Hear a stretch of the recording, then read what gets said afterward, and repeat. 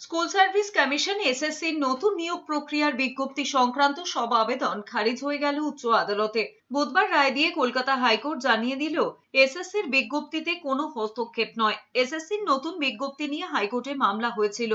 বুধবার দুপুর 2টো নাগাদ মামলার রায় ঘোষণা শুরু হয় বিচারপতি সোমেন সেন এবং বিচারপতি স্মিতা দাসের ডিভিশন বেঞ্চে। তাতে এসএসসির বিজ্ঞপ্তি এবং বিধিকে চ্যালেঞ্জ করে যেসব আবেদন ডিভিশন বেঞ্চে করা হয়েছিল তার সবকটাই খারিজ হয়ে গিয়েছে। রায় ঘোষণার পর রাজ্যের আইনজীবী কল্যাণ বন্দ্যোপাধ্যায় বলেছেন, এটা রাজ্যের বড় জয়। রাজ্যের অধিকারকে মান্যতা দিল আদালত। সুপ্রিম কোর্ট কোথাও বলে দেয়নি 2016 সালের নিয়োগ প্রক্রিয়া মেনে নিয়োগ প্রক্রিয়া শুরু করতে হবে। অযৌক্তিক আবেদন আদালত মেনে নেয়নি। গত 9 বছরের মধ্যে কতজন এসেছেন তাদের কথাও বিবেচনা করতে হবে। সোমবার ডিভিশন বেঞ্চে এই বিজ্ঞপ্তি সংক্রান্ত মামলার শুনানি শেষ হয়। রাজ্যের হয়ে সওয়াল করেন অ্যাডভোকেট জেনারেল কিশোর দত্ত।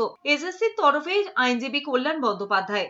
বঞ্চিত চাকরি প্রার্থীদের আইনজীবী হিসেবে ছিলেন অনিন্দ্য মিত্র এবং বিকাশ রঞ্জন ভট্টাচার্য। সওয়াল করতে গিয়ে এজি দত্ত যুক্তি দেন, 2016 সালের পর 2019 সালে নিয়োগ বিধি তৈরি করা হয়েছিল।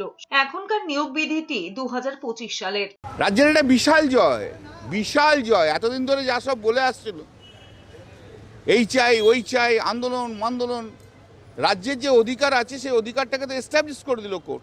হাইকোর্ট সমস্ত কেস ডিসমিস করেছে, মানে যে রায়টা বহাল থাকলো সেটা হচ্ছে যে টেন্টেডরা পরীক্ষায় বসতে পারবে না, এবং সেই সঙ্গে 2025-এর যে নিয়ম, যে গেজেট ছিল সেই নিয়মেই পরীক্ষাটা হবে। প্রথমত আমরা যারা যোগ্য চাকরিহারা তারা পরীক্ষাটাই মানি না, কারণ আমরা চাই যে একমাত্র আমাদের যারা যোগ্য তাদের চাকরিটা পুনর্বহাল হোক। কিন্তু সেক্ষেত্রে আজকে যে গেজেট নিয়ে আলোচনা বা গেজেট নোটিফিকেশনের জাজমেন্ট ছিল, সেখানে এই জাজমেন্ট আমরা পুরোপুরি একদমই সমর্থন করি না।